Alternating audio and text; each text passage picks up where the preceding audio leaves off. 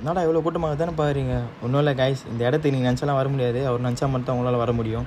அப்படி நம்ம எந்த இடத்துக்கு தான் வந்திருக்குன்னு பார்த்தீங்கன்னா, எங்கேயும் இல்லை, நம்ம திருவண்ணாமலைக்கு தான் வந்திருக்கோம். சிவன் கோயிலுக்கு தான் வந்து உள்ளே நுழையும் போதே கூட்டம் ஜேஜேன்னு இருக்குது. நம்மளும் ஒரு கற்பூரத்தை கொளுத்தி விட்டு கிரிவலத்தை ஸ்டார்ட் பண்ணிட்டோம்.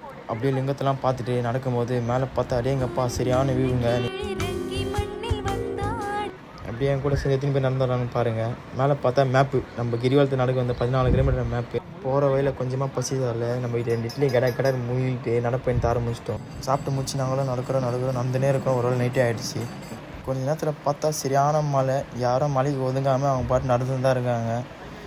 என்னடா எங்கள் மலையில் கப மாசம் அடிக்குதுன்னு பார்த்தா அன்னதானம் போட்டுக்கிறாங்க. நானும் எங்கள் அண்ணன் உள்ள பூந்து ஆளுக்கு ஒன்று வாங்கி மலையில் கபன்னு அடிக்கிறோம். சரியான சூடு, சரியான ஃபேஸ்ட்டு. ஒரு வெளியே நடந்து நம்ம 10 தூரம் வந்தாச்சு.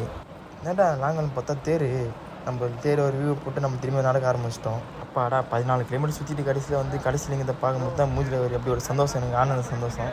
இந்த சந்தோஷம் என்னால் கட்டுப்படுத்த முடியல. மூஞ்ச பாருங்கள் எப்படி இதுன்னு. நீங்களும் இந்த கோயிலுக்கு போங்க, நம்ம லிஸ்ட் பிளாக்ல பார்ப்போம்.